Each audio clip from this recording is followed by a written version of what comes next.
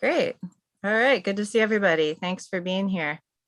All right. Well, I'll go ahead and call the Thursday, February 3rd Government Operations Committee meeting to order, the crown jewel of committees. Thank you.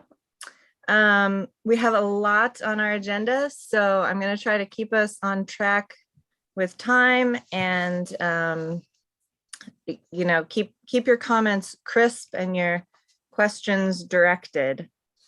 Do we have changes to the agenda? Brittany, there was a transfer.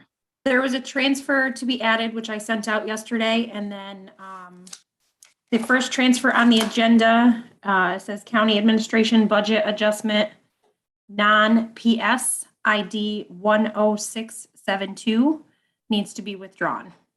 Okay. So don't pay any attention to that one. And you have an email with another budget adjustment, which is also for reference, right? Yes. Okay. Thank you. Comments from the public? We don't have any. Excuse me. All right, no public. Thank you. Let's approve the minutes of January 6th.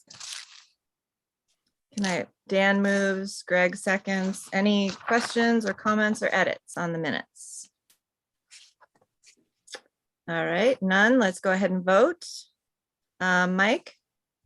Yes. Travis? Yes. Greg? Yes. Dan? Yes. And I'm yes. All right, thank you. And we have a couple of advisory board appointments that came with your packet. Let's see, Historical Commission, Herb Alexander, term expires December 2024. Ethics Advisory Board, Sharon Solomowitz. Solomowitz. Solomowitz. That's a good name. Term expires December 31st, 2024. Kathleen Walpole, term expires December 31st, 2025. And Public Information Advisory Board, Bruce Estes, term expires December 2024. Any questions or comments about those appointments? I just indicate that Sharon is an attorney in town. Okay. Yeah, I'm glad to see we're getting a couple of new members on the Ethics Advisory Board, and I am hoping to get a little more reporting and feedback from that board than we've had in the past couple of years. So, all right, let's go ahead and vote on those. Mike? Yes. Travis? Yes. Dan? Yes. Greg? Yes. And I'm yes. Amanda, Yes. we didn't get a mover and a seconder on those. Oh. I will All right. retroactively count the vote, though. All right. Retroactively, who would like to move that? Mike moves and Dan seconds. Thank you. Thank you. Thanks, Brittany. All right, we are going to welcome Ben Sandberg from the History Center, who's been working diligently for some time now. And we took a little trying to figure out which committees he's going to be reporting to. But since Government Operations is, taking on the historian and the Historical Commission, we thought it would be great for him to meet with us and give us a little update. And so Ben, go for it. You have the floor. Welcome. Sure. Thank you all for giving me a little bit of time here at the top of your meeting. There have been a couple of ways, I would say, in the last year or so that we've been working with the county to get through COVID, but then see how we can work our relationship to the benefit of both sides here. So in addition to this committee, well, for anybody else who is on facilities and infrastructure, you will also start seeing me there talking about the TCHC building as a whole. And part of this is to really recognize the critical support and leadership that the legislature has provided for both the History Center, and that dates back decades, but then also more recently, the funding to really bring about and enable this nonprofit cultural hub created just months before the pandemic kicked off. And, it maybe hasn't gone the way everybody was planning and thinking in the trajectory we were on prior to the pandemic, but definitely this collaborative efforts and partnerships down here has been critical to all of the nonprofits in our building. But I am here right now as the one of my many hats representing the History Center in Tompkins County.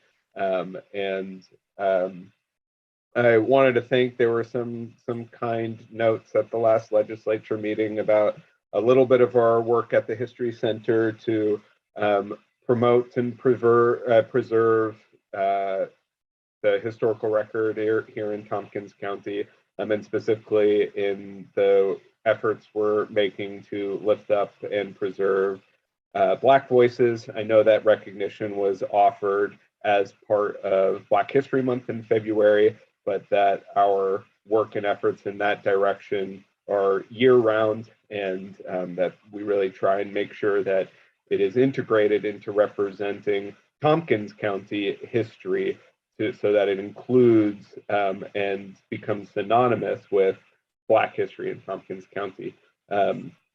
We're really excited here. Our press releases just went out at the beginning of this week. We have a brand new exhibit opening that's redoing the entire exhibit hall, and it is opening on April 1st, the first Friday in April.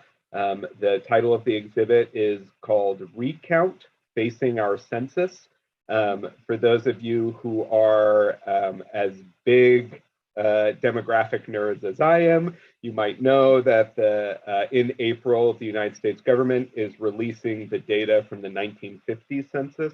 And so we are using that once in a decade opportunity to explore the way that our community today has been shaped by this really American tradition of census counting, both in the ways that it has shaped our communities, but also in the assumptions and biases that are built into that process. I know some of you as legislators are involved in looking at the sort of redistricting and reapportioning of seats, which is closely integrated with the census. And so I will imagine that this topic will strike home to some of those efforts, and that we are always interested in looking for collaborative and counter programming. And so if anybody has, I know I've talked with Rich, who is the county legislator's rep on our board, about possible collaborations during the run of this exhibit to really highlight, the daily and personal impact that this has on our residents here in Tompkins County. We've really discovered a number of really awesome and exciting histories and narratives as part of this exhibit.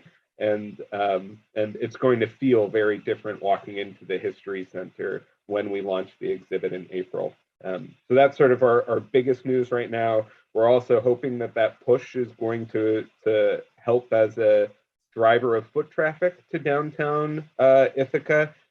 We definitely saw a big bump in visitor numbers when our current exhibit opened last summer, the Breaking Barriers exhibit honoring the centennial of the 19th Amendment and women trailblazers and change makers here in Tompkins County. If you haven't had a chance to see that exhibit, please, you've got 5 more weeks before we close down to change over. And so I'd encourage everybody, it's really a phenomenal exhibit highlighting incredible women in our history, both, starting with and recognizing the important impact and legacy of the Haudenosaunee and the Gaikono on as part of women leaders and change makers, and tracing all the way up to us here today.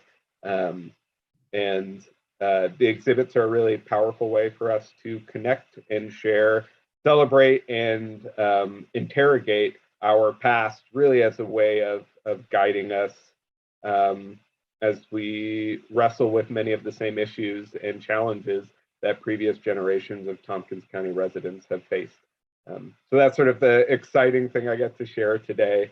As always, I'm open for questions, and am looking forward to being able to come and share a little bit of our work, maybe on a quarterly basis with y'all. I know I had started in my position here at the History Center just prior to the COVID pandemic. And so normal operations were definitely disrupted, but this feels an important way of solidifying that relationship between the History Center and the Legislature and Tompkins County government. Mike, I see you've got a hand up.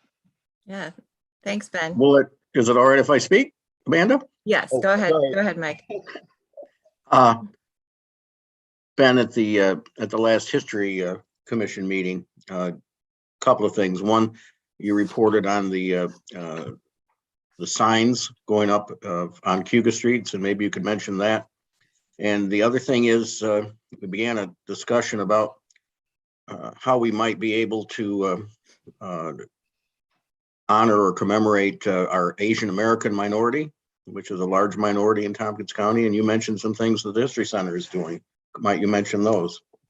Yeah, absolutely. So I'm going to be switching back and forth between a couple of hats here. So as the director of the History Center, I am also on the Tompkins County Historical Commission. And so it is under that role that I have been shepherding through a street sign project in partnership with Sam, Sachem George, and the Historical Commission to bring street signs, and with the city of Ithaca, to bring street signs for Cayuga Street that say Gayacono in with the proper spelling, and to get those mounted along Cayuga Street here in downtown Ithaca. We also have signs that go up to Trumansburg and to Groton, and it is really recognizing the sort of the self-stated, self-identified name of the Gayacono people, and trying to increase public awareness and understanding as a small step towards a more equitable and a more just and representative community. So really excited about that. We've been hit with COVID delays on this project. There was trouble sourcing some of the sign metals. There was printing problems, labor shortages. So this project has been in the works for a while, but it finally looks like once our weather turns, that we're going to be able to have a community recognition when the signs go up. So we're really excited for that. And then the other project that Mike had alluded to in October or November, we were lucky to find out that the History Center was awarded an IMLS American Rescue Plan grant to support collaborations the History Center was undertaking with the Latino Civic Association, with the Ithaca Asian American Alliance, and with Southside Community Center. And the sort of purpose of this grant was to start building a foundation to look at, evaluate, and think about strategies for creating a more representative historical record.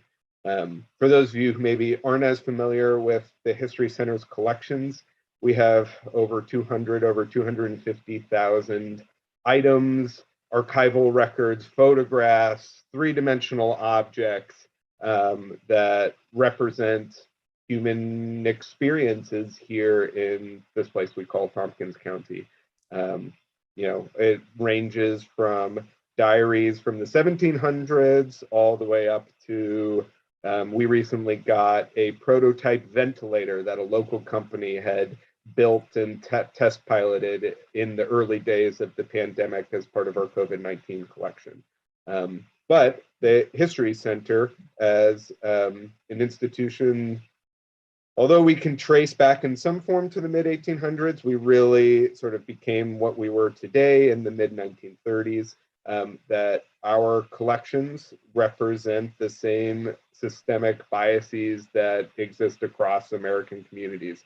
And so our collections are definitely more representative of more educated people, wealthier people, white people, and urban experiences. And so really we're trying to make steps to make sure that somebody 50 years down the line, regardless of who they are and what their lived experiences are, they can come to the History Center and see themselves in our collection and get a better sense of their place, position, and experiences based on what people like them have experienced previously. And so we were really, really happy to have the investment and collaboration, both from Humanities New York and from the Institute of Museum and Library Studies, to be able to invest in us at the History Center, but then also to support these three institutions in this process. Oftentimes, this kind of collaboration, organizations and communities are asked to do it without any compensation, and so to be able to have the support, be able to invest in this collaboration with all three institutions has been really exciting to try and grow what we have available for what we are preserving for the community as a whole. We're still working with the boards and leadership of each to determine what those specific projects are to represent the interests and understanding of each. Great. Thank you, Ben. Thanks, Yeah. Ben. I do want to kind of move us along. Any other questions for Ben? Sounds like you're doing all kinds of great stuff, and it's really great for us to, just touch base and get a sense of what you're doing. I didn't know that about the 1950s census data coming out, so that's going to be really cool because I love old census data, so that's great. Us too. Yeah. All right. Well, thank you so much. And we'll definitely have you back in another couple months and you can tell us more. Right. All right. Thank you. All right. Let's move on to Jay Franklin in our assessment department. You all should have gotten his report via email. I hope you had time to read through it. It was chock full of good information. So hi, Jay. Welcome. Hello, good afternoon, everyone. Thanks for having me.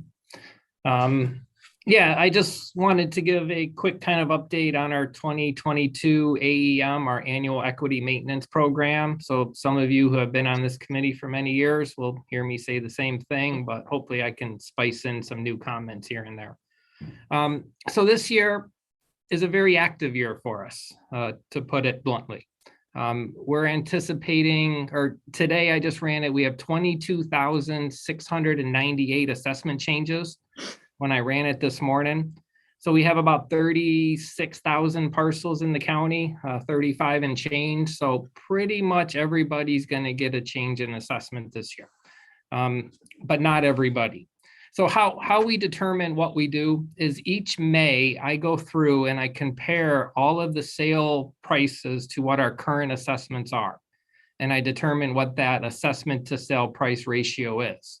Whenever that deviates from 1, you know that one of the numbers isn't aligning with the other. And as we assess at 100% fair market value, we want to make sure that our assessments equate to what properties are selling for. So if that ratio is under 1, that means we're under assessing properties. And then we go in and figure out what we need to do in order to address those properties and get them back up to their fair market value.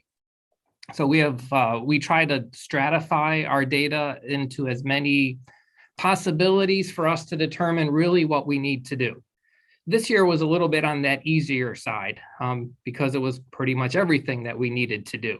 I didn't have to dive down into, is it really just old styles? Is it just good condition houses that are moving or poor condition houses? So that statistical analysis was made a little bit easy just by everything being more valuable today than it was last year. So our 2022 assessment roll will be based upon the economic conditions as of July 1 of 2021, based upon what's physically on the property as of March 1 of 2022. So in essence, we take a Polaroid of the county on March 1, and whatever is there, we value for the year. If it wasn't there on March 1, but it's completely there on March 2nd, then it'll be valued as vacant land for that year. So we always try to tell people, if you're going to put something on your property, put it on in March, don't put it on in February. That way you can get, almost a full year of taxes of just vacant land. So this year, after going through our statistical analysis, we kind of redid how people in our office worked. With all of the retirements that we had our more experienced appraisers going out and doing the parcel by parcel review for those municipalities that we felt a parcel by parcel review was more appropriate.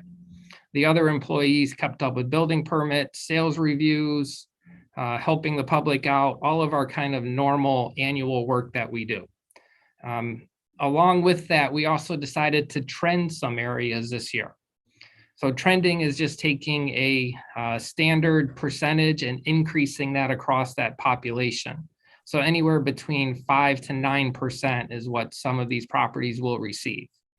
After we did the parcel by parcel review or the trending, we then go back and we take a look at, are any of these outliers? Why are these properties not acting like the other properties that appear similar to them?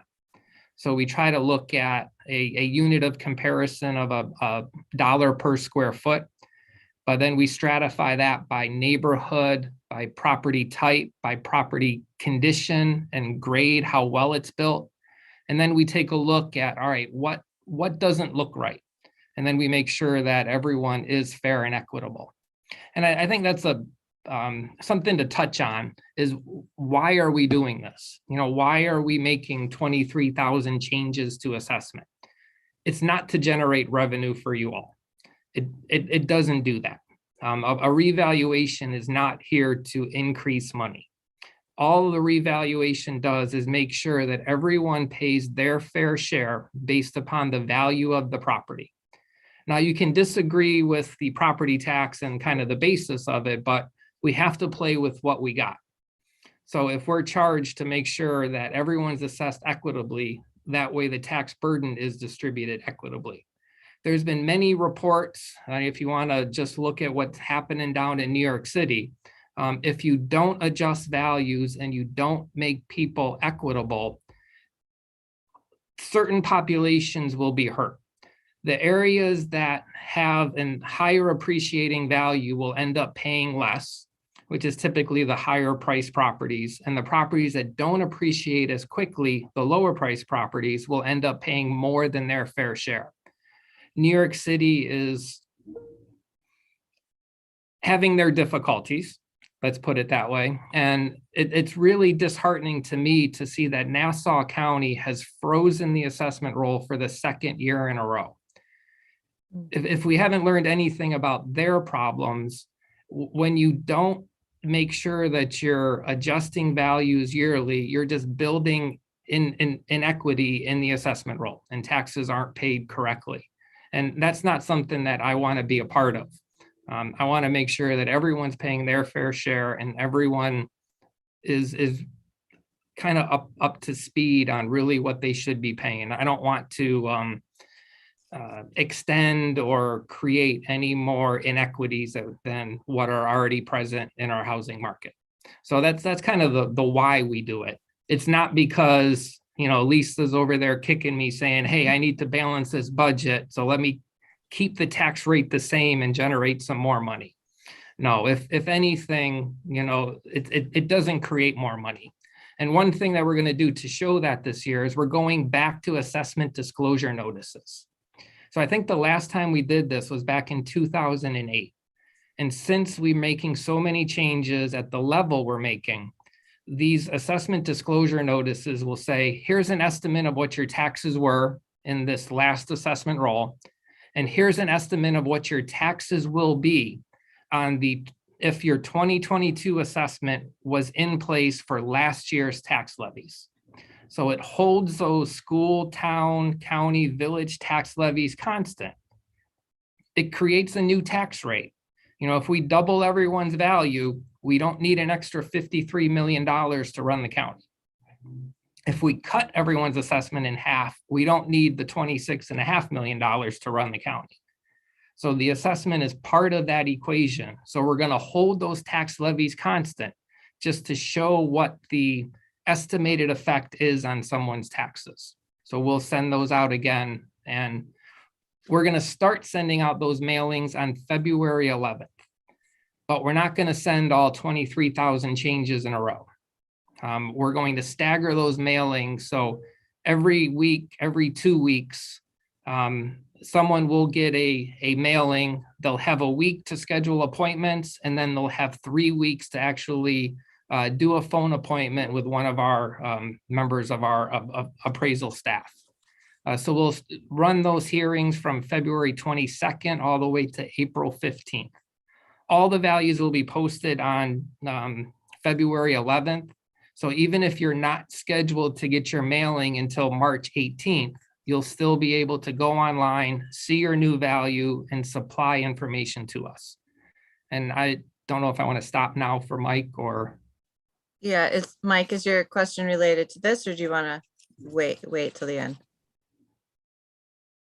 You're muted, Mike. Jay, will you be sending out comparable assessments so people can look at them as we have, I don't think the last time, but previous to that? Yeah. No, we're not going to be doing that. We'll have our listing of sales that people can take a look at, but these informals are not the time for us to defend the value. They're for the property owner to supply us with more information that we may not have. We're only as good as the information that we have. So at this point, we're asking the public to say, hey, have you refiled recently? Is there something physically different with your property that we don't know about? And you'll be able to provide that information to us, and we'll be able to make an adjustment. But we don't have the ability to do cosmetic comps. Our database just doesn't allow that anymore, to be able to distribute those comps with those assessment change notices. We couldn't do a one-to-one match between change notices and the notices and the change notices and those comps in order to get those out to people. But if they schedule an informal hearing, that's the time where we'll say, hey, here's all of these sales in your neighborhood. Let us know. You may know something more about those sales that we don't. Okay, thanks. Thanks. So yeah, we'll be mailing those out on February 11th. We have the capacity for, I think, 9,800 appointments. But ideally, you plan for 15% of or you plan for 20% of the changes to come in. You hope for 10, but you more expect 15%. So we would anticipate, somewhere between 3,000 to 3,500 appointments over the next 2 months. Things will be busy here, but it's still, I can't believe some of the sales we're seeing. And one of the bigger difficulties that we had this year was the emotional appealness of a house has become a greater weight when someone's determining on what they want to pay for that property. That's an addition of another subjective variable. So anytime you add more subjectiveness, it just goes to show you that appraisal is not a science. It is really an art.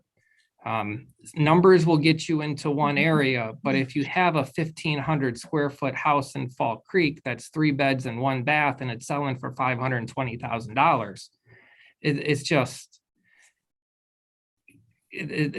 very difficult to then take that sale with an emotionally appealing variable in there and try to render that across the rest of the population.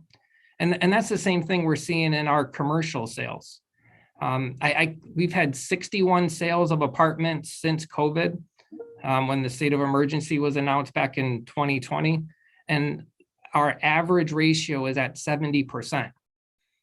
So our assessments are really 70% of what an ongoing apartment sale is. You know, this doesn't take into account those apartments that sold for the dirt. You know, we just had the building behind the Gateway building sell for $12.5 million. But that's really the dirt at $100 a square foot, as opposed to the building, which, you know, could generate maybe $1 million value. So there's really a lot of sales of commercial properties where people are looking at future appreciation. You know, we've seen that with the city center building when that sold. You know, that was built for $52 million, and 2 years later, it sold for $75 million. You know, granted, some of that increase in sale price was due to the favorable pilot that it has and not paying taxes for 3 years. But, you know, it just goes to show that these investors have made a lot of money during COVID, and they're looking at places on where to put it. And we've kind of piqued that interest of the national real estate investors, and we're seeing more coming in and paying more money today because they feel the property will be worth more in 10, 15, 20 years. Interest-only loans are making these deals very shaky. You know, when I talk to people who have been in this business a lot longer than me, the commercial deals that they're seeing are very reminiscent of back in 1980, where people are playing with other people's money. You know, I'm seeing a lot of interest-only loans on commercial properties, or, you know, a 30-year amortization period that's payable in 10 years or due in 10 years. So if you pay off your loan in 10 years, you're really not paying down a lot of that principal. So you don't have a lot of skin in the game. I'm not too concerned. You know, I always said, you know, we're kind of isolated here because Cornell and Ithaca College aren't going anywhere, but we learned new things in the last 2 years. So hopefully, you know, we're not overexposed, but that's one thing that does concern me about the commercial market and what could happen. Another thing I would regret if I didn't mention is we are looking at the effect of the new FEMA firm maps on real estate values in the city flats. I've been fielding many calls from people about the potential effects on this. So we'll be taking a look and seeing what that does and what sort of changes we'll see in the flat areas, especially with all of the construction we're seeing in properties that will now be in a flood zone if the draft maps go through as they will. But sorry for rambling on. If you have any questions. No, that's all We're here. very, very good stuff. So yeah, questions for Jay, or thoughts or comments on his report that he sent out? Mike? Jay, I know a couple years ago, we were concerned about the commercial buildings that were vacant and them trying to lower the assessed value of them. I forgot what the term was that was used. Was it ghost buildings or something like that? Oh, And I wondered if there's any update on that. Yeah, I mean, they're most are called zombie buildings. Yeah, And, zombie. you know, we really don't have that here. Not necessarily, you know, not to the extent that I hear other communities have. Here, we have the desirability, we have the need for buildings. So people are more likely to actually use them, or at least try to use them. You know, we're not seeing banks pick up properties and just kind of let them sit there, and we have to worry about the maintenance of them. So I don't really think that's an issue that we have here. If anyone has a vacant building, they're holding it vacant by choice. Okay, thank you. other questions? Dan? Yeah, just real briefly. First of all, I just want to say thanks, Jay. This is really one of my favorite reports all year. It's such an interesting snapshot of what's going on, and it's related to so much more than housing. I mean, housing is always like a big topic here, but you know, like you mentioned, the floodplain maps and related to the pandemic and people moving from other cities and just, there's so much. So thank you. And then I also just want to mention one statistic that was in there that I found particularly interesting, and I'm going to try to memorize to pass on at parties, which is that in the past 30 years, there was an average of $1 million sale per year. And this last year, there were 10 properties that sold for $1 million. Oh, yeah, that's a good fact. Wow.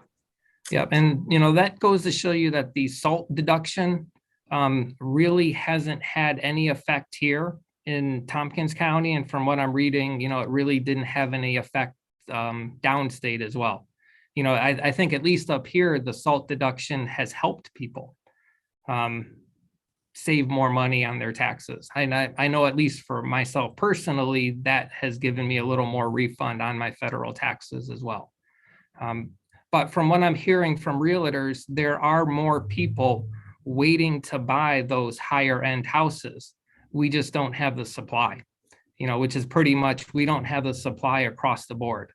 We've done a great job building apartments, but we've done a horrible job building houses. And it's, a basic economic law of supply and demand. If you don't have the supply and the demand increases, that just drives up prices. So hopefully at some point we can turn our focus to building houses. Hopefully we can get more people out of apartments into houses, and the need for apartments will be less as well. Jay, you mentioned in your report and you've mentioned in the past how how the situation has changed for your staff when they're out in the field. They don't necessarily walk up to someone's house anymore. There's a lot more concerns about privacy. How is it going with your staff? Do people feel safe? Do they have mechanisms for making sure they're safe when they're in the field? Yeah, whenever we go somewhere, we tell others in the office where we're going to be. If we're going to be out in a village for a while, we'll stop by the police office. I know one of my employees just did that in the village of Dryden. And then when he checked back the next day, he had, oh yeah, we had gotten 3 calls about you, but we were able to tell them. We are looking at labeling our cars a little bit more, rather than just the official license plate on, getting big Tompkins County stickers for the side. I would even like a light on the top. It doesn't even have to work. But if you see a yellow light or a blue light on top, you kind of look a little more official. But anytime someone is going to a property that they feel uncomfortable with, we take a buddy. So somebody else goes out, everybody has cell phones. Hopefully as we move along with the green fleet, we'll be able to track where people are. I don't know if that's part of the telemetrics, but, find my iPhone, I could tell you where my kids are all the time. So, we used to have Apple devices that we used to do the Find My iPhone with kind of thing when they went to the field. So, it's there, we do have access to some of the police records, so that if we know there's a place that kind of looks shady, we may not go to it, or we'll just contact the code officer, or we'll even give Sheriff Osborne a call and say, hey, what do you know about this? This doesn't look right. Right. So it's still there. When I started as a data collector, you'd knock on the door, no one's there. You walked around, took all the measurements you wanted, but that's not what you want to do nowadays. Yeah, it's definitely changed. Well, Mike is the chair of the F&I committee, so maybe he could help you get some lights on top of your cars. I say we They had might that think you're a once. You meter just have to reader, though. remember to put it on the top. Yeah, right. When the old director went out, she had the yellow light flashing in the back seat. Didn't really help, but. Okay, other questions or anything else for Jay? All right, well, thank you so much for this. And I know that if folks have questions on the report later, they can certainly reach out to you. And thank you so much for being here. If any of your constituents have questions, have them call our number, have us email, we'll walk them through it. the informal hearings, they're a good thing. They're a fun thing. We're here really trying to help the property owners reduce their assessment. We'll ask them leading questions. We'll never defend a wrong value. We won't reduce the value just because, but this is where we're helping them. We want them to get a reduced assessment, oddly enough, but we need more information to help them do that. Well, something I've always appreciated is your commitment to fairness and equity, and that really is what your job is. So that's great. We appreciate that. Fairness and equity shirt there, right there too. There you go. Perfect. All right, cool. Thanks so much. We'll see you again soon. All right, thank you all. Take care. All right, I see Lauren and Greg from our IT department who are gonna give us another interesting report. So welcome, guys. Good afternoon. Thank you. Good afternoon. So Lauren and I are here today to discuss the important topic of cybersecurity in local government today, and take a little bit of time and focus on that. There are three things that we want to bring to your attention under this topic. One is just the general approach that we're taking within Tompkins County, directed by ITS, to respond to the growing need to improve cybersecurity practices for our government.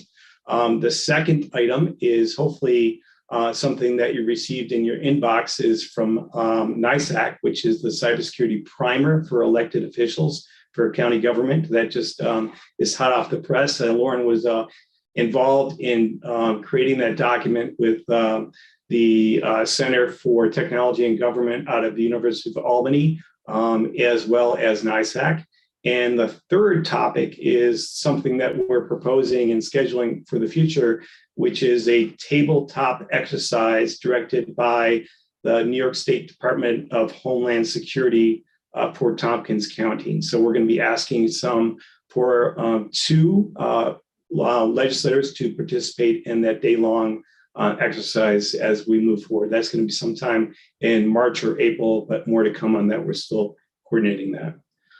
So Lauren has been instrumental in directing our response to cybersecurity for Tompkins County, taking that lead on this. But we've been doing a lot of work up to this point, particularly under the pandemic, and making some adjustments around how we operate, since we have more remote users these days, and it's become pretty extensive. So it's made the news in many ways, and some of you certainly have heard about it and the impacts of other counties. And there's been some topics from NISAC and recently in some of their efforts to get the word out and some of their training as well. So we just wanted to take some time today to discuss with you those three things and present it and answer any questions on the directive. And so I'm going to pass it off to Lauren, who's going to give you a quick rundown of what we've done, let's say in the past 2 years to where we are today. And we'll talk a little bit more about some of the particulars that we're moving towards under the goals and the project sections later on the agenda, because this is the number one topic for us as a department as for 2022. Lauren, take it away. All right. Well, good afternoon, everyone. I'd like to say I had enough power to have that hit your mailbox this morning, the cyber primer, but that was just coincidence. I am an officer on the New York State Local Government IT Directors Association or organization. And so that has afforded me to be able to be on a few work groups with the state. One specifically working with State Board of Elections and developing cybersecurity regulations on voter registration. A few good things that have come from that is that two of our larger tools that we use for cybersecurity are currently being paid for by the state and State Board of Elections specifically. One is an IDS, it's the intrusion detection system, and the other one is a SIM. And the SIM is it's a security information and event management system. So basically, processes all the logs from systems that we use, firewalls, switches, cores, servers, etc. So the good news there is that the state's going to continue to pay the bill on those for the next couple of years. As far as maintenance and support, we do have a 24/7 what's called a NOC and also a SOC, Network Operations Center, and a Security Operations Center. Mostly a Security Operations Center with those two tool sets. The other work group that I've been involved in, like Greg said, has been the development of the cybersecurity primer, which hopefully has hit most of your mailboxes. I don't know for some of the new legislators whether that's something you have to sign up for, but can certainly send you the email if you didn't get it. We're asking you, even though it's I think 37 pages, we tried to make it short, but there's a lot of information in there. We're asking you to read it. It was a good opportunity to really make some good relationships with other state agencies, the governor's office, DISHES, that's the Department of Homeland Security Emergency Services, Center, like Greg said, the Center of Technology at Albany University, state ITS, governor's office, etc. There's quite a slew of people on this on the work group to develop this primer.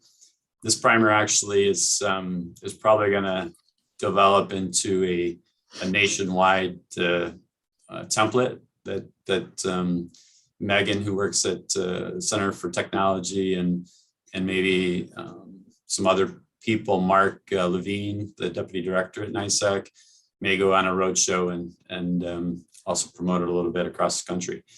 So with that said, with working with the Director of Office of Counterterrorism, Ben Voice Gardner, he had mentioned that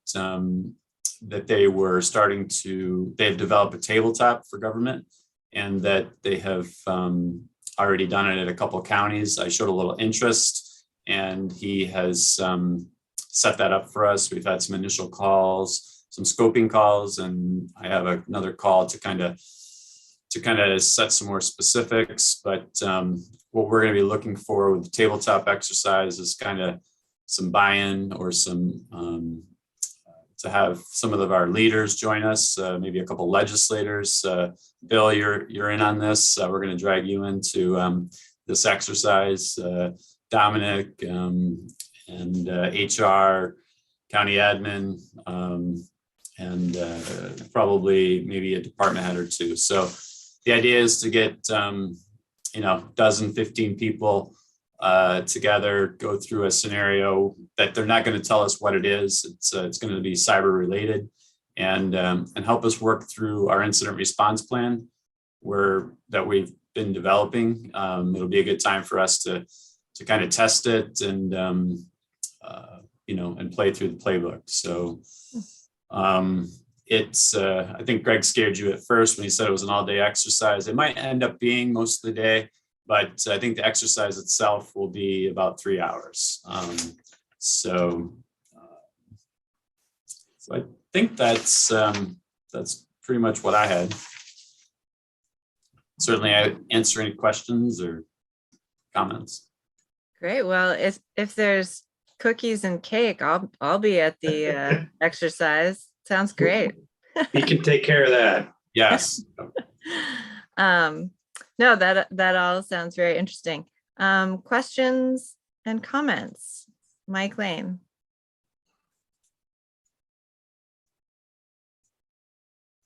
Just wondered, do we get regular attacks that you're aware of?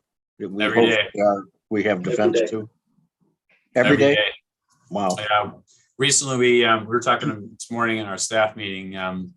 We had these emails come in yesterday, phishing emails, and they were they look pretty legit. Our email system, luckily, stripped the attachment that had the malware or virus attached to it, and had a little blurb that it did so. But yeah, we get, whether it's phishing or people knocking at the firewalls, or yeah, it's daily. Scary, isn't it? Yeah.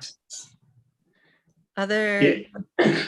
oh, go ahead, I Greg. was going to say, and Mike, they're getting a lot more sophisticated and accurate. They're targeting very specific people in organizations these days.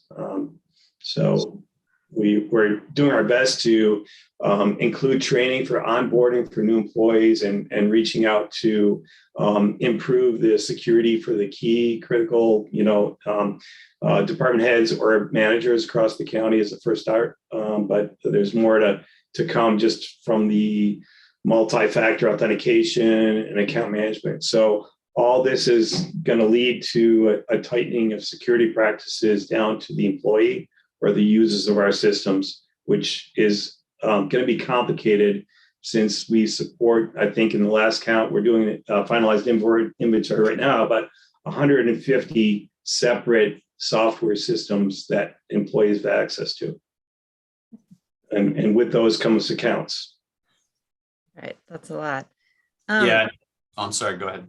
Well, I was just going to ask, I mean, thinking about the legislators, and some are definitely more tech savvy than others. And, when we have those video trainings that we have to do, there is a short one that's about cybersecurity, but I just wonder if you ever feel like legislators could use an extra training, or there's something else that we should be learning.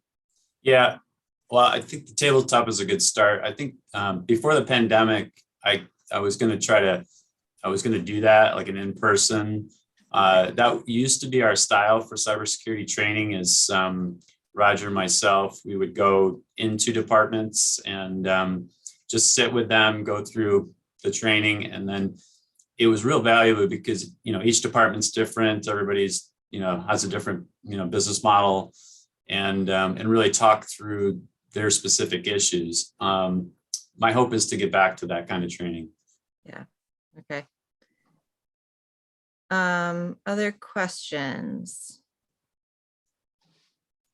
I think I had another question. Oh, I just took a quick glance through my email and I did not see the primer. Did it come from NISAC or? It did. Yeah. I think I heard a rumor it probably went out. I'm thinking around 10 o'clock. All right. Well, maybe I missed it somehow. And that's something that legislators should all read and review. Yes. And maybe, Amanda, what we'll do is we'll download and forward a copy through our local distribution list to the legislators in addition to the NISAC one.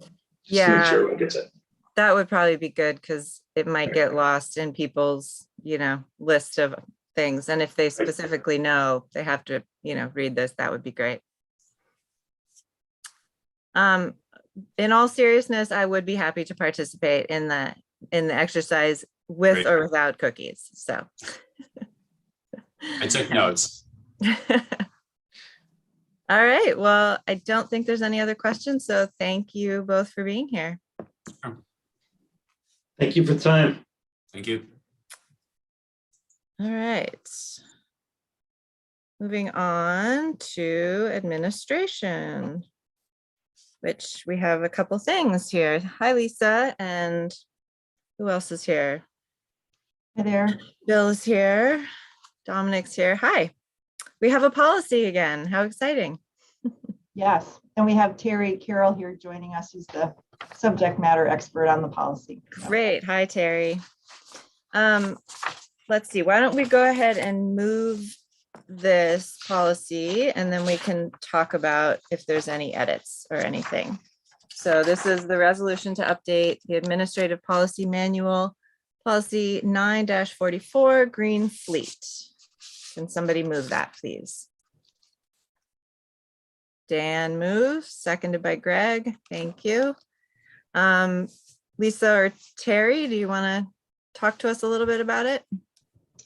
Sure, Yeah, I can. Go ahead. Lisa. I can start us off. This policy was on the books as of October 2009. It was in sort of need of updating, and Terry was the person who kind of took the lead in updating it. And Terry, I'll hand it over to you to talk about all of the steps that you took in the consultation, the path that this policy has taken so far. Yeah, and I'll start by saying a lot of credit has to go to Scott Doyle in my office as well. He started off this process before I came on board and has been part of it throughout it all, from inception until where we are now.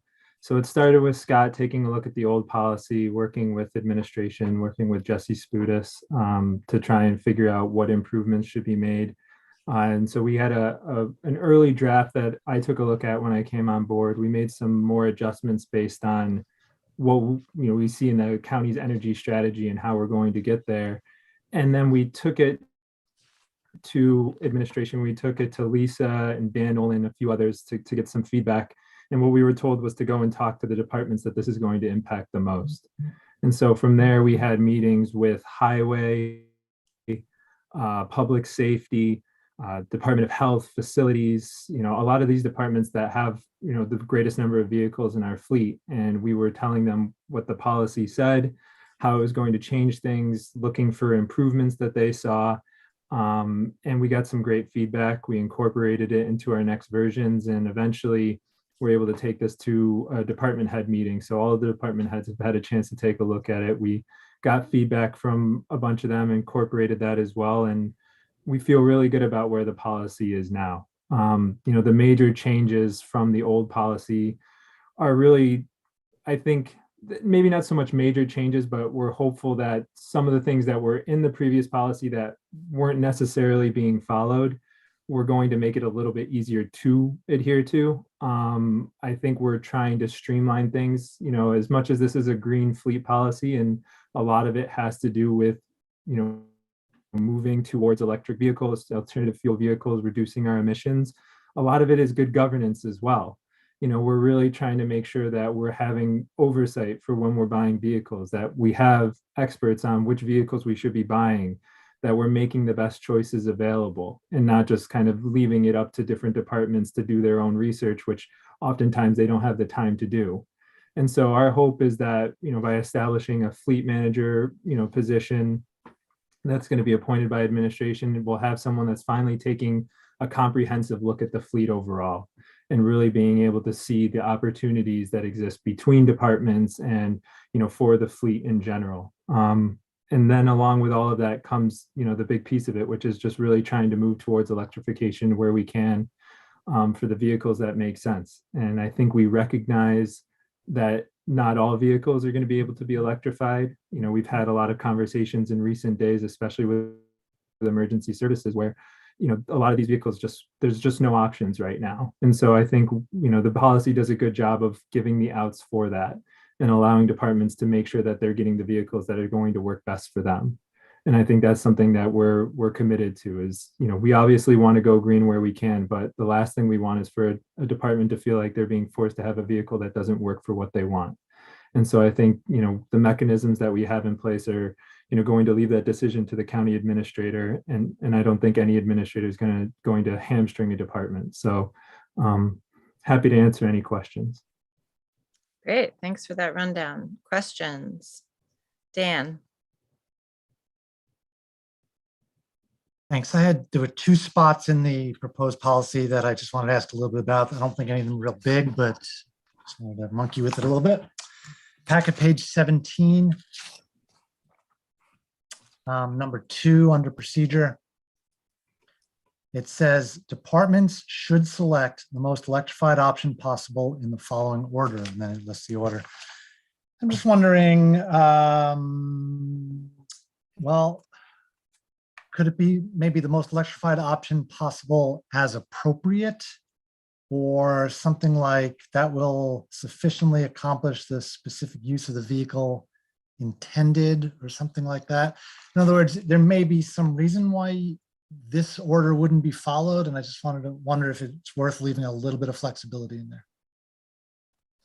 Yeah, we could certainly try and do a better job of clarifying that point a little bit. I think some of the points later on allow them to justify why they're not going with a specific option.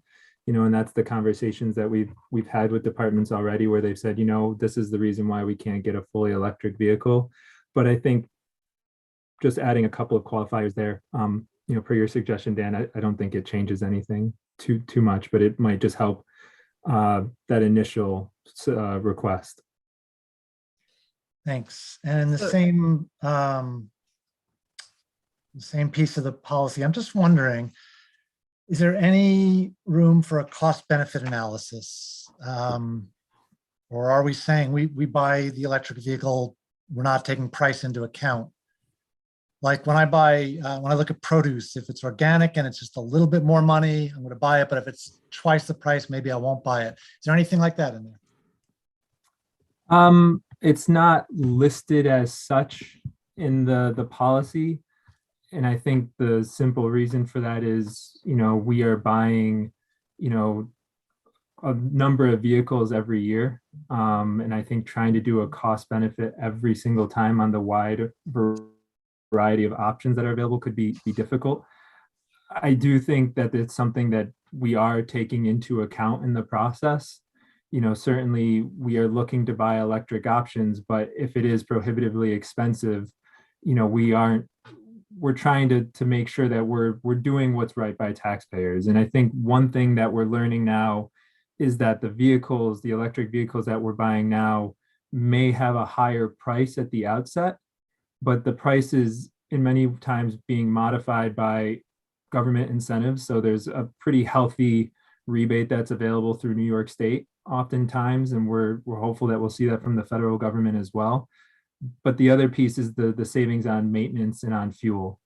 And what we're seeing is that can, over the length of time that we're holding on to these vehicles, can really swing that in favor of the electric vehicles. There was just a policy paper that came out in the last couple of days that showed that now a lot of these electric vehicles, if you look at the total cost of ownership, they end up being cheaper than the standard internal combustion engine vehicles.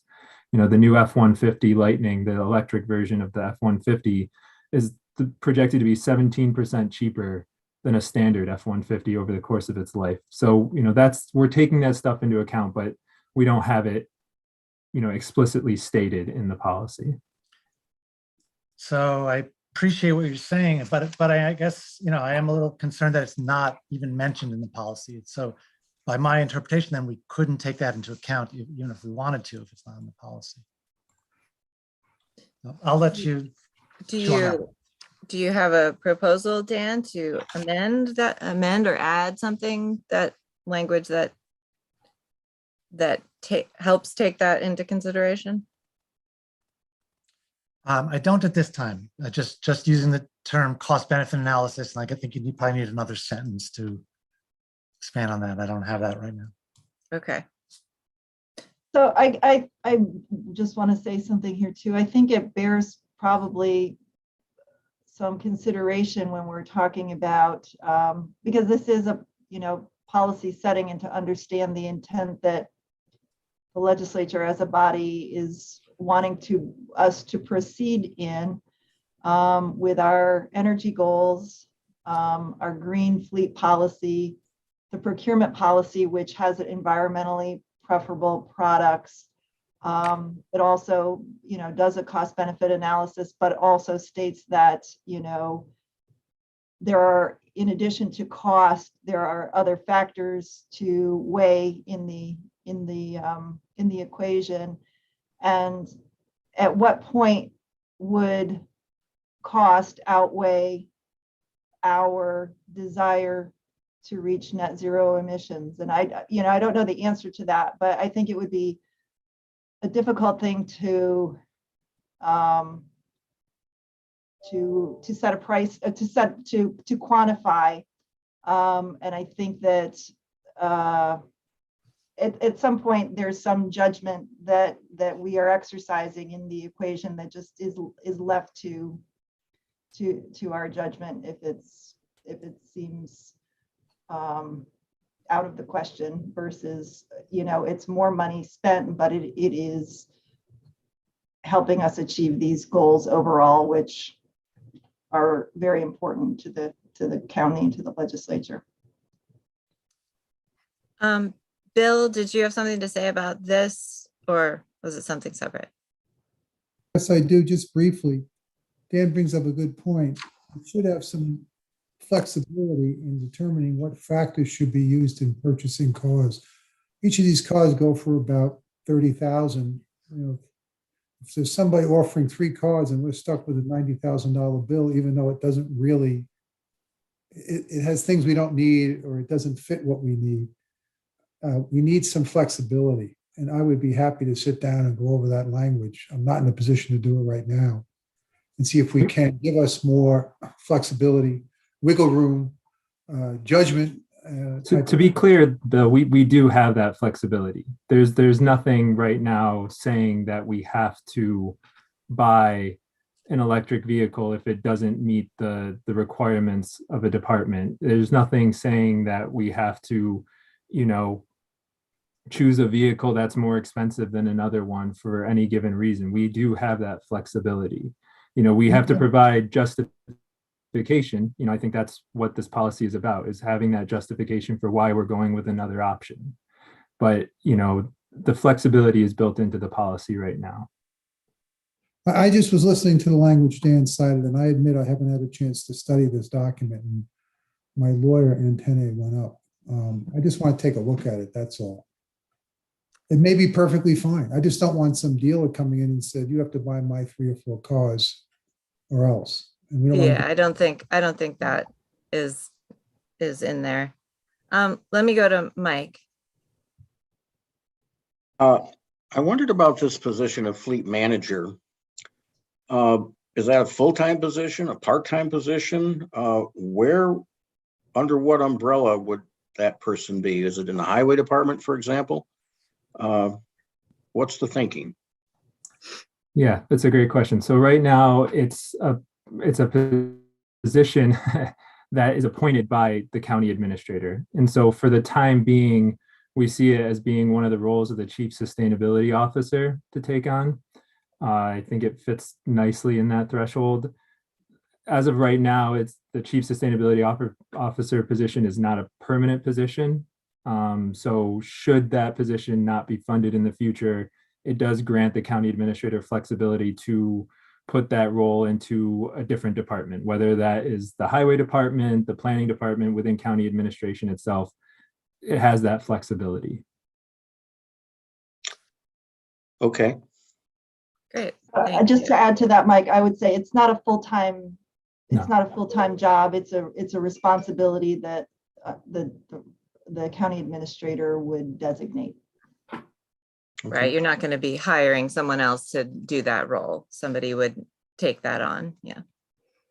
Dan. Thanks. I did have another question. So packet page 20. At the top, it talks about the telematic data and who it's limited to: the fleet manager, the county administrator, and other employees authorized by the county administrator. Did that mean to be specific telematic data? In other words, if like it limits who could find out what this employee did with such a car, it isn't meant to limit access to anonymized, maybe that's the right word, data.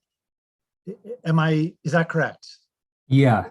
So the way our telematics platform works right now, if we were to give someone access to the platform, they would be able to see everything. We're working to try and find ways to limit that access. So maybe we can open it up to more people, but the intention is definitely, as you stated, Dan, to try and protect the individual, but to still allow for this, general data to be shared. So how many, miles are being driven generally, how many, electric vehicles we have in the fleet, things like that. But for an individual route, that's what we're trying to protect. Could we add a little language somewhere in there? Something like, anonymized data will be available upon request, or maybe amend what's there to say access to individual telematic data will be limited, or some way to capture that thought?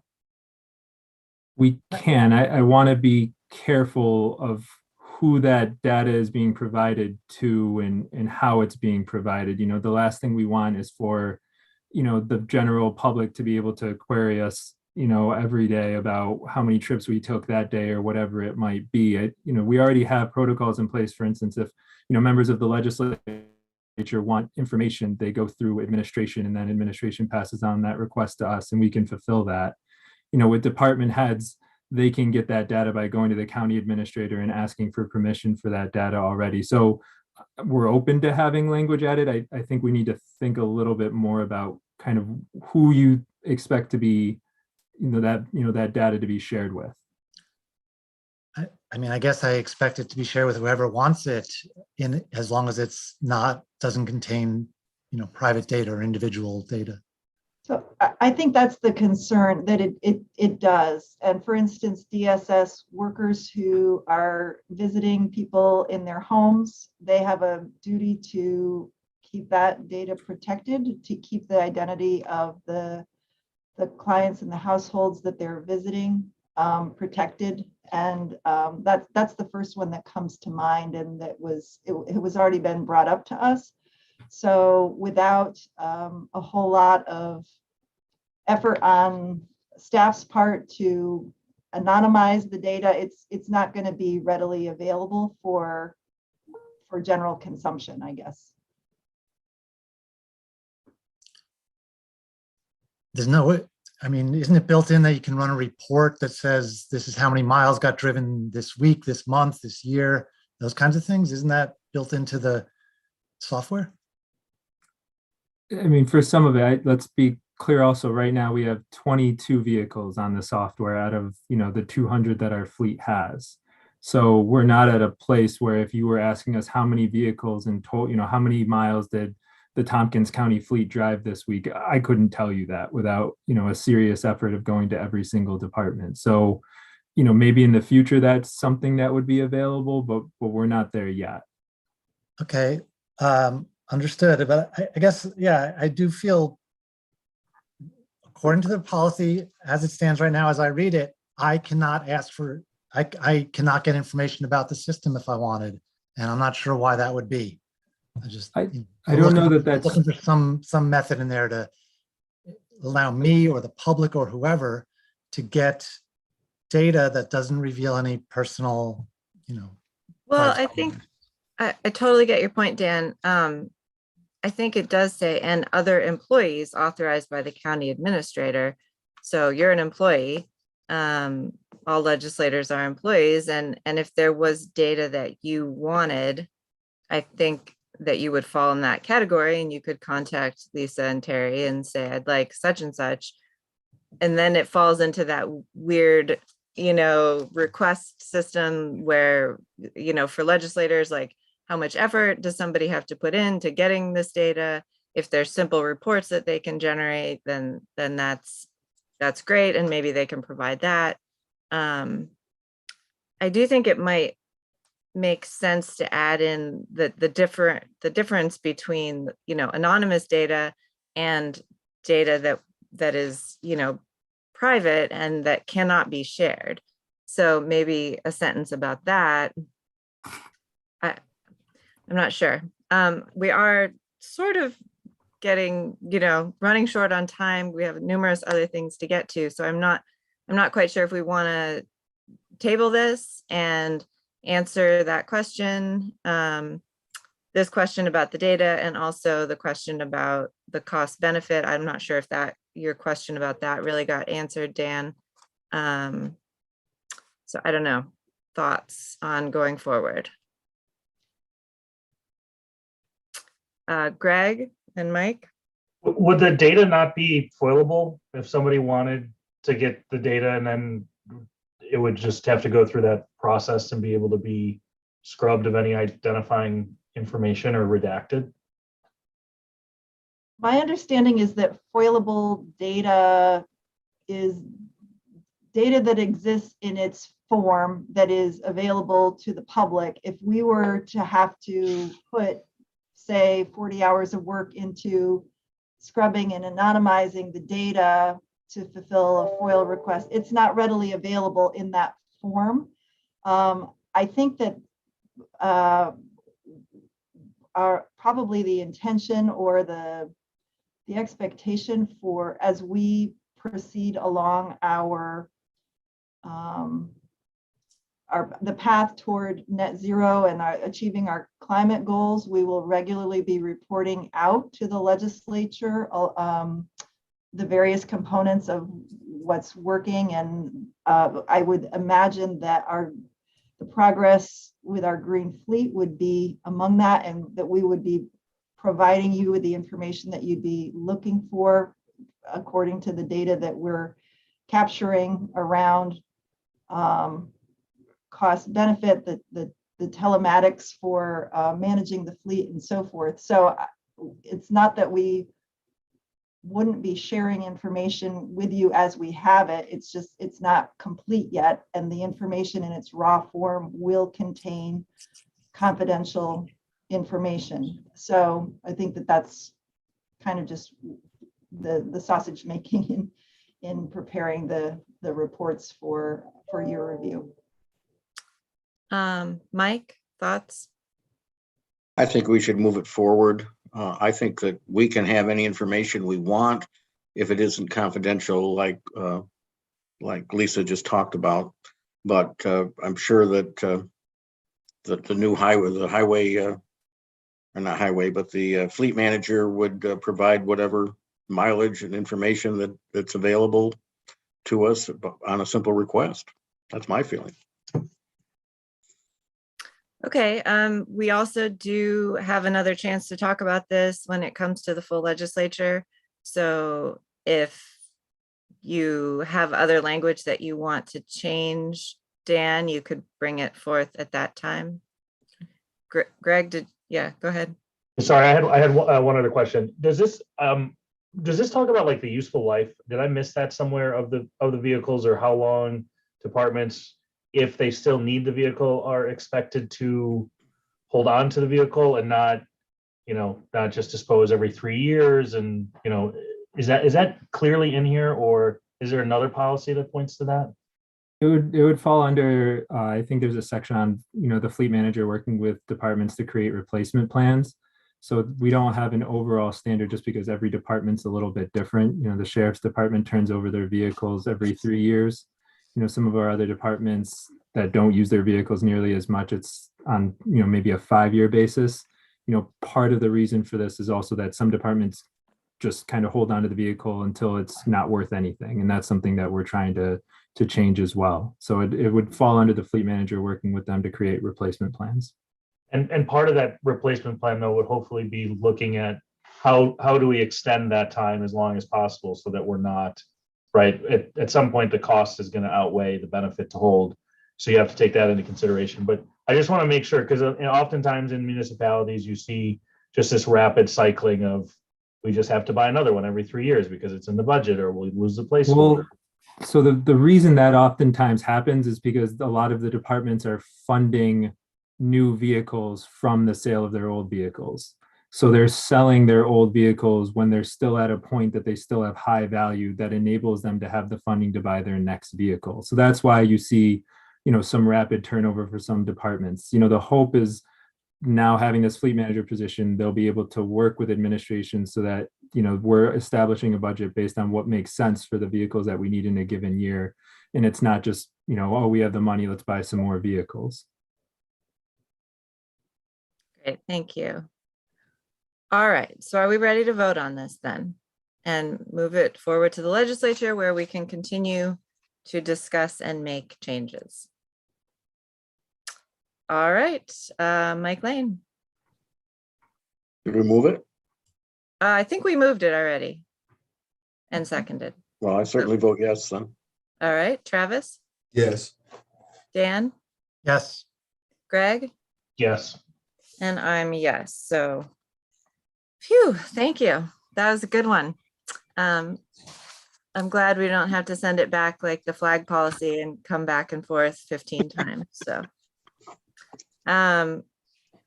thanks for all your work on that, Terry and Lisa. All right, Lisa, department goals. Sure. I attached in your packet, starting on page 24, are the departmental goals for the departments, largely the departments that report to GO, not not all departments that report to GO report to the county administrator, so not all of them are included here. But a good number of our departments have uploaded their goals for the committee to refer to and understand what is on the radar for departments in their work plans for 2022. So we have administration, ITS, county attorney, assessment, board of elections. And they're really, I wasn't going to go over them in any great detail. They're more for your reference and for you to refer to ask questions of any of us here at the meeting who are representing our departments if you have questions. And also just for further information and clarification as to what we're doing, what's within our role and purview and what we have on our plates for this year, and also to help you shape your committee goals. Great. Well, you have one or two things to work on this year. Do folks have questions about any of this for Lisa or Bill, or Greg and Lauren are still here as well? Dominic is here. About their plans or specifically about any of the things listed here? Dan? Quick comment. It's a very, very impressive list. Thank you for having such a big appetite, Lisa. Yeah, my question, you know, I know Lisa, you and Jesse were working on the policies and that kind of slowed down. Is Jesse still going to be working on them? And who else is going to be stepping up to do that with her? Sure. So Jesse is still doing that. She was on leave for a good portion of 2021. And then I got scooped away from that for a while, but she's back at it. And when we have a full complement of staff in the office, it's you know, among the roles of a deputy county administrator to pick back up with. So, and also working in conjunction, I want to say also with Deanna, who is very much interested in looking at the policies through an equity lens, and also in conjunction with a lot of the departments that have the subject matter expertise on the various policies. And what we're working on a few right now to bring to you in the near future. Great. I like the policies. It's fun to nitpick them. Any other questions? Lisa, maybe I'll just ask if you have any other updates for us at this time. I think that does it for admin for right now. Thank you. Okay. All right, great. All right, we've got several legislature topics and resolutions. So let's go ahead. Let me find where we are. All right, we've got the resolution adoption of list of designated officers and employees required to file an annual financial disclosure form. Can I have somebody move that, please? Greg moves, seconded by Mike. Questions or comments about this? This is a yearly resolution that we put together, and all these folks have to fill out the disclosure form. Mike? Maybe to Kathy, are there changes in this year?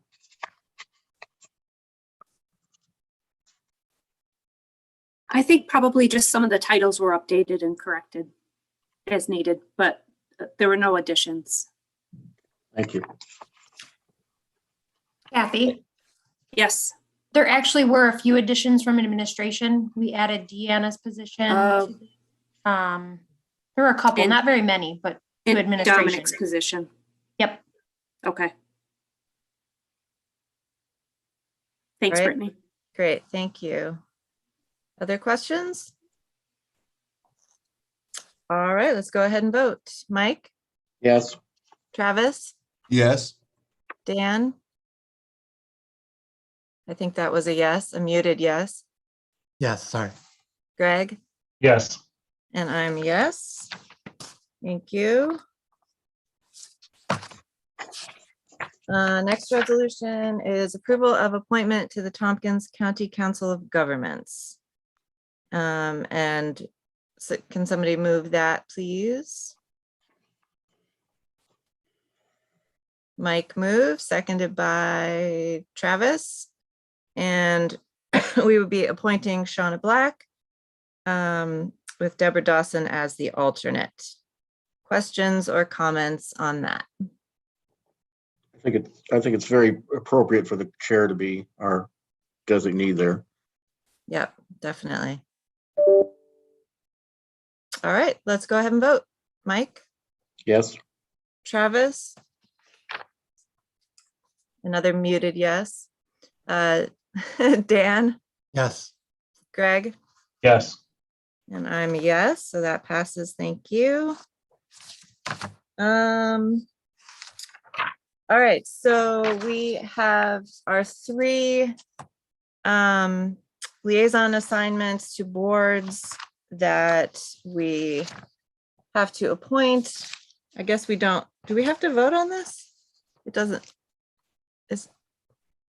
I don't. The liaison appointments you don't need to vote on. Okay. So I have been on the public library, the liaison to the public library board, which I enjoy very much. I'm planning to stay on that. I am also happy to stay on the Public Information Advisory Board. I haven't asked anyone else if they're interested in that. If you are, be happy to let someone else step in, but I'm happy to also continue doing it. They meet once a month. Dominic is always there to give great information and have discussions with folks. Any other interest in that? All right, I'm happy to stay doing that for now. And then we also have the Historical Commission, which is a voting seat. And Mike has been on that and intends to continue on that as well. So Yeah, they're certain, I think, 3-year terms on the historical. Do we have to vote on that one, They're Kathy? staggered. yes, Okay, we have to vote on the voting seats. So can I have someone move the appointment of Mike to the Historical Commission? Travis, seconded by Greg. Questions, comments? All right, let's vote on that. Mike, Yes.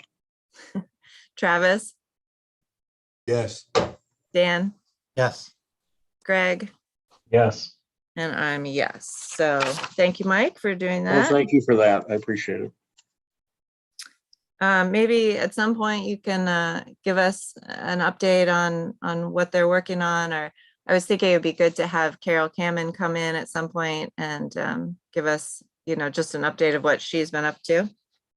Be glad to have that happen. That commission's been doing a lot. Yeah.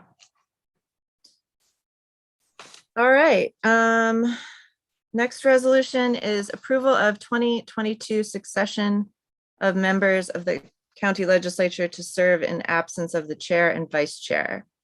And I believe this is last year's list, and we can update these. We can and will update these names. So can I have someone move it first? Dan moves, seconded by, anybody want to second it? Mike seconds it. So in the past, it's usually been, these are folks who would, if the chair and vice chair are out of commission, something happens, they would step in to lead the legislature. And it's often done based on who's been here the longest. I think leaving Mike Lane as the first person makes sense. I have suggestions for the next ones, but does anybody else want to throw out some names for number 2 and 3?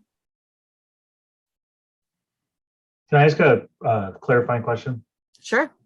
This is if both are absent on the same day, that kind of thing, or if God forbid something tragic were to happen, would this order finish out the term, or would there be it's just in like a temporary point, right? Yeah, Okay. yeah. There is, like, in the long term, if there was a long-term absence, that's spelled out in our rules, Yeah.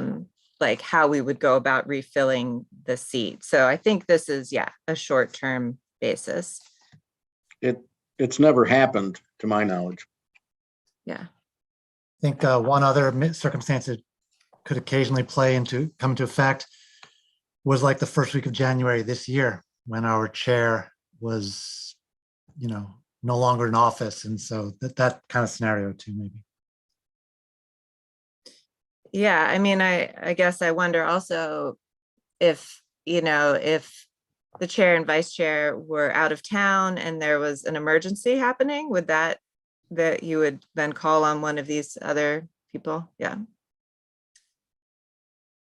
Okay, well, I was going to suggest Dan Klein and Mike Sigler as numbers 2 and 3, but I'm happy to hear other suggestions for who should be in the positions.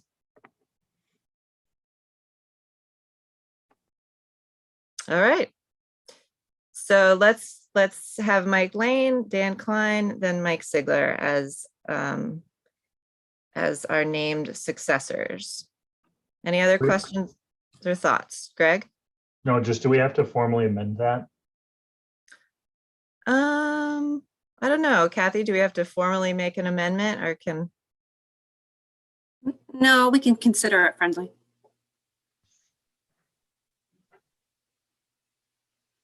All right, let's go ahead and vote on that. Mike? Yes. Travis? Yes. Dan? Yes. Greg? Yes. And I'm a yes. So thank you for that one. So I guess, the topic of, the funding for new legislators going to conferences came up last time, and then the full legislature wanted to talk about it. Rich brought it up.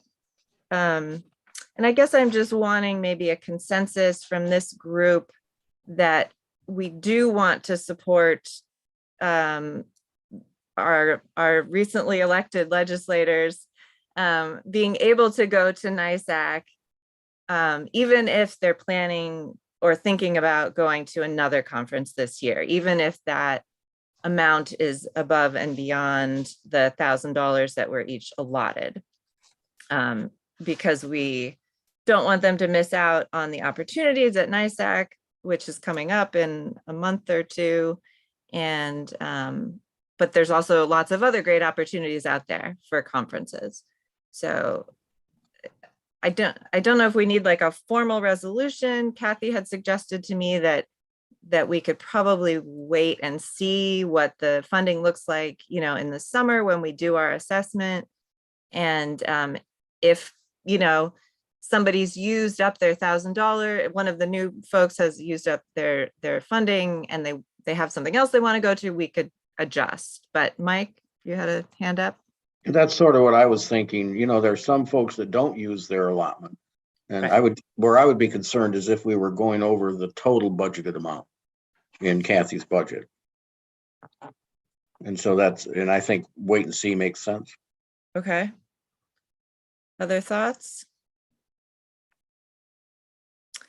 Yeah, so we do have this process of in July, Kathy and Brittany and Katrina will send out a list of how much everyone has used.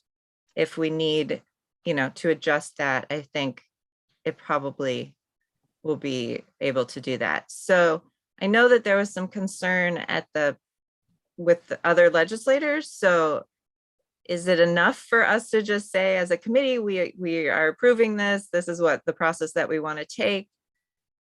I can report that to everyone. Does that seem like good enough? It's all right with me. Okay.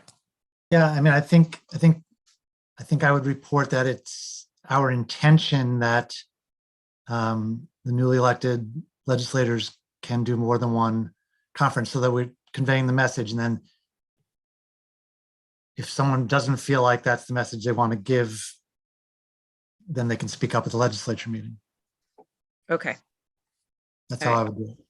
Can we just clarify that it's all, so first term legislators in their, or any legislator in their first year in office, right, essentially would be able to go to the NISAC conference and not have that counted against their allotment, is essentially what we're saying. Yeah, essentially. I mean, I think it came up because Travis has this other conference that he's going to attend, but we want to make sure he can also go to NISAC. So, I mean, I think within reason, yeah, like if later in the year Travis is like, well, I have two or three more other conferences I want to go to, you know, then I think there might be a question of like, well, is he using more than his allotment, you know? But I think we're all reasonable people, and we'll be able to sort of make sure folks get to do what they want to do. Yeah. Because the NISAC is an annual conference. Yes. Yes. So really, it's just every fourth year. Anyone who hasn't served or been to, or if somebody starts mid term, that they would just, you know, your first year serving on the legislature, your NISAC attendance doesn't count against your, essentially your budgeted amount. Right. I mean, I'm not sure we're like making it an official policy, but we just want to make sure that, yeah. And additionally, it's good to know that the registration fee is waived for newly elected folks. So that definitely helps. But Greg, there are actually two NISAC events. I always thought the best one was in February when they have it, but there's also one in what, September? That they hold the one in the fall. So you know, we have to. I don't know if we're saying that everyone can just go to both of them.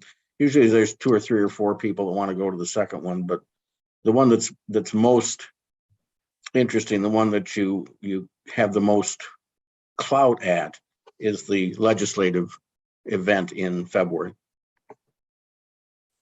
Yeah. It's March this year. Okay. I haven't gone the last couple of years, so. Yeah, this one is March, and then yeah, they'll have their fall one in September or something like that. All right, I think we're in agreement, and I will share this information with the rest of the legislature. So thank you. All right, I wanted to take a couple minutes and talk about what you all feel like are things that you want to talk about or work on this year in this committee. Greg and I met a week or two ago to talk about what he and I thought would be goals. And we have a couple ideas. But I think it'd be good to hear from others on if you have specific things that you're thinking about, or that you know that we need to take up this year, or anything like that. So I will open it up to you all before I share my thoughts.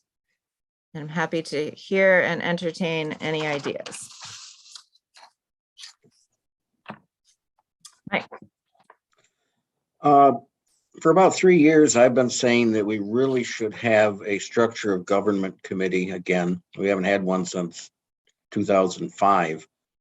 And I brought that up to Shauna, and she felt that she didn't want to do a special committee, but that I should bring it up here at GO to see whether we wanted to take a look at structure of government, specifically because there are so many different kinds of county governments. It's certainly an educational process. We've had pressure in the past that we should go to a county executive. we've had pressure in the past that we should revert to a board of supervisors. And I just think you learn a lot about why we have the kind of government that we have here in Tompkins County. And at some point, I'd like that to be a goal. Okay, that's interesting. What do you think that would look like in terms of practically just having some discussions about it, or? Yeah, and maybe bringing in some topic, maybe taking trips to some of the other counties. We've done that in the past to see what kind of government they have, listening to the pros and cons of statutory counties or boards of supervisors, for example. Okay. Other thoughts? Goals? All right. Well, I'll throw a couple out there. We do have a small committee already formed, which Dan and myself and now Greg are going to continue the conversation about our advisory boards with Brittany and Kathy, and hopefully make a little progress on that and what we can do to streamline the process. They were talking about getting new software to help them, and just sort of reassessing how they deal with advisory boards. So I think that's something that we started last year and we're going to be continuing. I think, as we talked about a little bit already, getting through some more policies, which Lisa also said is admins, one of their goals this year. So sometimes they take a bit of time, but I think, revising the policy manual is very important. So that's on my list. Greg and I talked about having a conversation about term limits, and do we want to institute term limits in our county, and what would that look like? And I think having a conversation would be good. So that's something. The usual updates from Board of Elections, library, historian, clerk. It's always good to make sure we're checking in with folks who, we help fund, and so we know what's going on. There's going to be elections this year, so keeping in touch with Board of Elections and knowing what they need and what's going on for them. And then at some point, we are also going to be hearing back from our independent redistricting commission. And I don't believe we sort of gave them like a hard stop deadline. They've been already having numerous meetings. Hopefully by spring or summer, they'll be coming back to us with a report, which this committee will look over before it goes to the full legislature. So we'll need to keep in touch with them. I hope that some of you have been attending some of their meetings. I've been to a couple, and they're informative.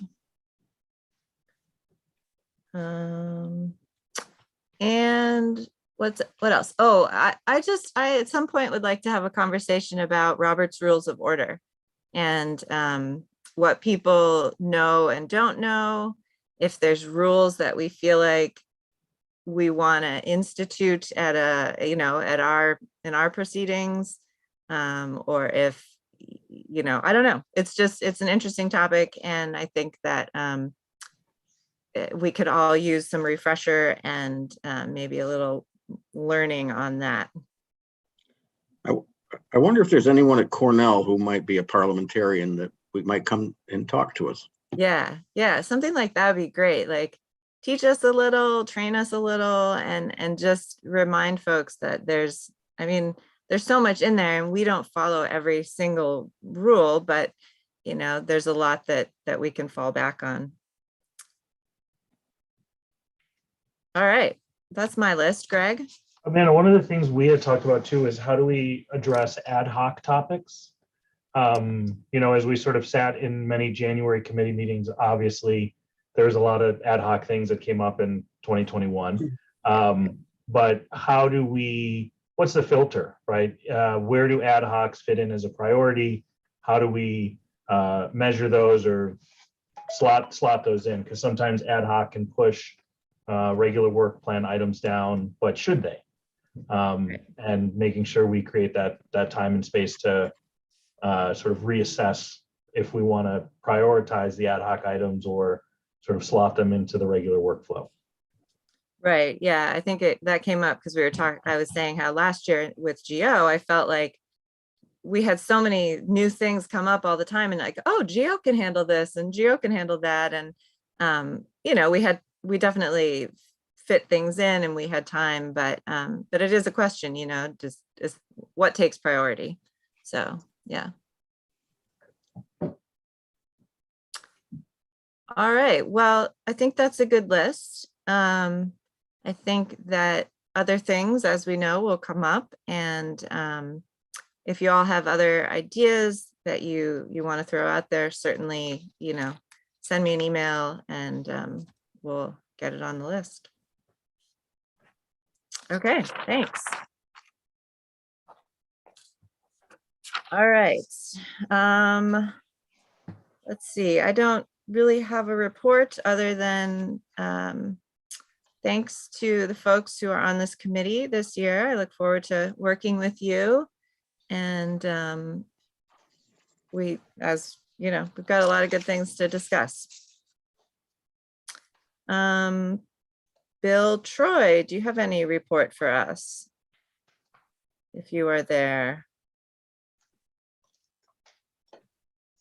What I'm going to say is can you hear me? Yep. Basically what I reported the other day to the legislature, we do have a full-time deputy county attorney coming aboard at the end of the month. We have an agreement where I won't reveal the name of this person until this coming Monday. The attorney has to set up his clients for going elsewhere, his or her clients. So I'm going to honor that. Monday, I can tell everybody who it is. I'm very enthused about it, and I look forward to working with this person. And my new role, I can tell you that one of the things I'm looking to do is to try to bring back some work into our office rather than farm it out to an outside firm. But we'll do it sparingly. We've had good success with a couple of firms we use in some matters, and we'll just play it by ear as we go along. It'll be easier to do with 2 full-time attorneys. Definitely. That's great. I'm glad that you've got someone that you're looking forward to working with. We all are looking forward to it. Yeah, that's great. Any questions for Bill? All right, thank you. Rick, are you there? Any updates from finance? I'm here. I'm trying to get on. There we are. Hi. No, I have no report except that, yes, we could use any legal help that we get because we're up to 7 active public administrator estates right now, which is grueling. And as I threw it out before, Drew and I can't handle that volume of work and fulfill our daily duties to the county. But I think I spent 2 whole days last week working on public estates and 2 whole days the week before. And that is with working a contractual attorney, which we have now formed a relationship here in town that is taking on much of the work for us. So with those 7 estates, we do have an attorney that's helping us catch up on some of the ones that are past due. I fell into bad favor with one of our judges here at the Surrogates Court for not being able to perform certain functions by a certain due date. And that's when we got the attorney here locally to start helping us. And the downside of that is we have a very small trust account with previous estate earnings in it that we can use to pay this attorney. So when that money runs out, I'll probably have to come back to the legislature at some point to perhaps ask for a small amount of money in either our budget or the county attorney's budget to be able to continue to use this local attorney to help us stay afloat with some of these public estates. So I think we should pass a law that if you could pass a local law that nobody else dies, that would make, in Tompkins County, that would be great. Well, we can try. I'm not sure how you're going to enforce that, but. Well, not the death penalty, that's for sure. It's been bad in the last few months. We've had an awful lot of deaths in Tompkins County. And not only the ones that Rick has to deal with, but just other people. Yeah. And the circuits court is flooded with cases, and they got very far behind. A lot of these estate matters got pushed back, like 15 months. And now they're all starting to want to catch up really quick. And it's a landslide. So it tends to bury us on a few days, but we do now have legal representation to help us out. But I will lean on Bill and his new and improved staff in the county attorney's office for helping us into some of the smaller matters that come up to keep, to keep the wheels lubricated and keep things turning. And I have talked about that they can lend a hand on some of these from time to time. Cool. And that's all I have for today. All right. Well, thank you. Any questions for Rick? All right. Let's go to Dominic, Communications Director. Do you have any report for us? I have no additional report that from me at this time. Still working on a lot of the same things I've been reporting on lately. Great, thank you. Questions for Dominic? About anything? Nope. All right. Committee members. I know, Mike, you had something you wanted to share. Yeah, just an information item I thought you folks would be interested in. You know about our rural libraries that are funded by by some money from the county to each of them. They're Newfield and Ulysses, Groton, Lansing, and Dryden. And all of them except Dryden have been on receiving additional funding from the school ballots in their districts. And Dryden has never been on the school ballot because we have worked very hard with some of our investments to keep up with the costs. But our library has expanded, our staffing has expanded, and so has our costs. And for the last 3 years, we've actually had a structural deficit in our operation budget at Southworth Library. People say, well, you've got some reserve monies. Yes, we do. But you can't eat your seed corn either. Without that, we would have to ask for a lot more money from the municipalities, the county, the towns, and the villages. So what we are doing this year is we are actually asking to go on to the Dryden Central School ballot for the amount of $50,000. And that will make us the same as the other libraries out there.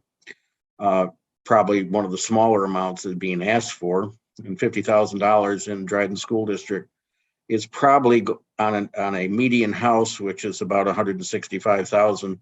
We're talking about less than $10 a year. So we're not asking for a lot, but it would help us plug this structural deficit. And I wanted you to hear it here before you heard it on the street about the fact that we're moving ahead with that. Great, thank you for that update. It's interesting that that library hasn't done that before. So, well, we've tried very hard not to have to do that, but yeah, it's come to the time that we got to do something. Right. Anything else from committee members? Topics or thoughts or questions or comments before we adjourn? All right, well, you're all awesome. Thank you for being here. Budget adjustments and transfers for reference, and Thanks. We're adjourned. Thanks. Enjoy the snowstorm.